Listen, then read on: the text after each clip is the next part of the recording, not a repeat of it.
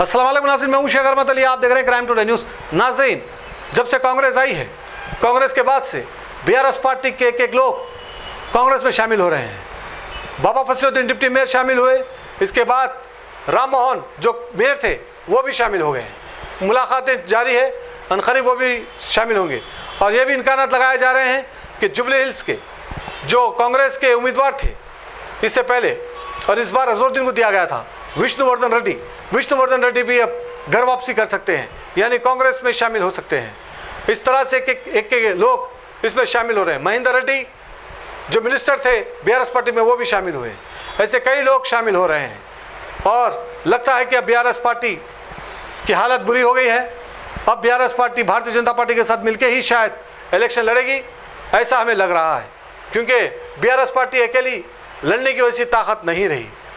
कांग्रेस उसकी पूरी ताकत को ख़त्म कर दी है।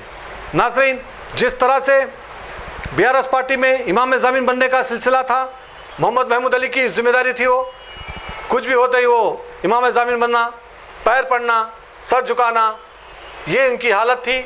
और उनकी यही आदत से सारे मुसलमानों को शर्मिंदगी का सामना करना पड़ा।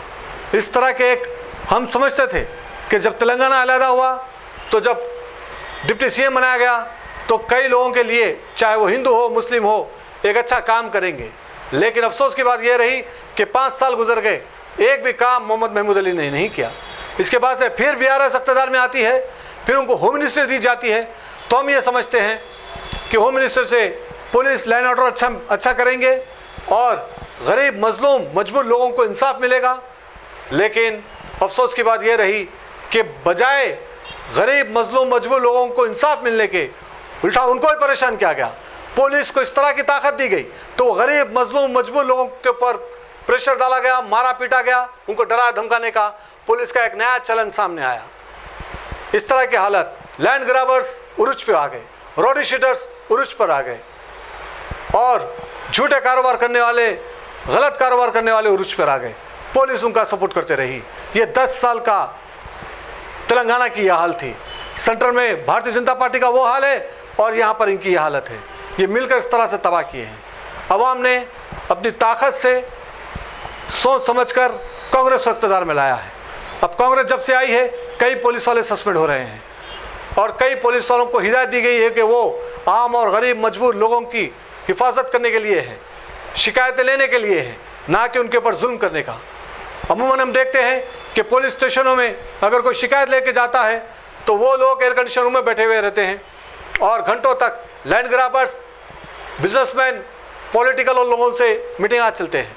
लेकिन एक आम आदमी बाहर खड़ा होता है, इंतज़ार करता है।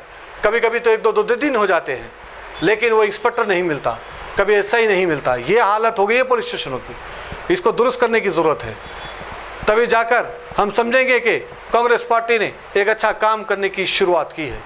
बहरहाल, जिस तरह से कांग्रेस पार्टी में ये लोग शामिल हो रहे हैं, इससे यही लगता है कि अब जो एमपी इलेक्शन है, अब एमपी इलेक्शन के साथ शायद काउंसिलर इलेक्शन भी कराया जाएगा, यानी कॉर्पोरेटर इलेक्शन भी साथ ही साथ कराया जाएगा। इस तरह के इम्कानात हो रहे हैं, क्योंकि अभी 2 साल बाकी है काउंसिलर इलेक्शन को। लेकिन जिस तरह से कॉर्पोरेटर्स, मौजूदा सिटिंग कॉर्पोरेटर्स जो बीआरएस पार्टी के वो शामिल हो रहे हैं, तो कई और कॉर्पोरेटरों में एमएलए बन चुके हैं।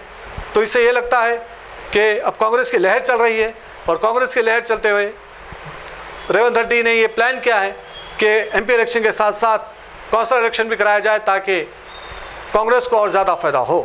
बहरहाल, अब ये बातें चल रही है, अब इस पर मोहर नहीं लगी है। कब ये होगा, कैसे होगा, अब ये देखना बाकी है। जिस तरह से मजलिस इत्तेहादुल मुस्लिमीन कांग्रेस पार्टी से बात करने की कोशिश कर रही है और मिलकर काम करने की बात कर रही है, कहीं ना कहीं रेवंत रेड्डी तो चाहते हैं कि मजलिस को लेकर काम करें, लेकिन राहुल गांधी इस मामले में सीरियस है। राहुल गांधी ने वाज़ेह तौर पर कह दिया है कि अगर हमें हुकूमत नहीं चलाना है तो कोई बात नहीं, हमें हुकूमत गिर गई तो कोई बात नहीं है, लेकिन मजलिस इत्तेहादुल मुस्लिमीन से हम हाथ नहीं मिलाएंगे, ना ही तो उनको लेकर चलेंगे। राहुल गांधी ने वाज़ेह तौर पर कह दिया। यही वजह है कि रेवंत रेड्डी मजबूर हैं, कुछ नहीं कर पा रहे हैं, लेकिन कोशिश ये कर रहे हैं कि पीछे से उनका सपोर्ट लेने की कोशिश कर रहे हैं। लेकिन मंजर यहाँ पर वो नहीं आ सकते। मजलिस की भी एक मजबूरी है कि बीआरएस पार्टी तो ख़त्म हो चुकी है। अब आने वाले टाइम में कांग्रेस ही एक ऐसी पार्टी है जो अब तेलंगाना में राज करेगी। शायद यही वजह से मजलिस कोशिश कर रही है कि कांग्रेस से हाथ मिलाए, क्योंकि अवाम ने मजलिस को भी नकारा और असदुद्दीन अवैसी का वो बयान, वो स्टेटमेंट, जो मामू को वोट दो, अगर जहाँ कहीं पर भी मजलिस के उम्मीदवार नहीं है वहाँ पर मामू को जिताओ, और कांग्रेस के खिलाफ कई ऐसे बातें की, और ये जो चीफ मिनिस्टर है उनके खिलाफ भी कई ऐसे बातें की। इसके बावजूद आज फिर कांग्रेस में शामिल होने की कोशिश कर रहे हैं। तो ये एक सियासत है, सियासत में कोई अपना नहीं होता, ये हमें समझने की ज़रूरत है। सियासत एक गंदी चीज़ है, जो आवाम के भलाई के लिए होती है वो एक अच्छी चीज़ है, लेकिन जहाँ पर ये लोग अपनी मफाद के लिए अगर किसी के साथ कोई पार्टी से मिलते हैं तो समझ जाइए कि आवाम का उसमें भला होने वाला नहीं है, क्योंकि इतने सालों में कोई डेवलपमेंट नहीं हुआ है। उम्मीद ये लगाई जा रही थी कि कांग्रेस आकर कुछ काम करेगी, लेकिन कांग्रेस भी अभी तक संभलने में है, अभी तो कोई ऐसे बड़े डिसीजन नहीं ली है जिससे आवाम को कुछ बड़ा फ़ायदा हो सके। बहरहाल आने वाला वक्त कैसा होगा, आने वाला टाइम कैसा होगा, अब ये देखना बाकी है। जो लोग गद्दार होते हैं, जो पार्टी अपनी पार्टी को छोड़कर दूसरी पार्टी में शामिल होते हैं, वो लोग का कोई भरोसा नहीं।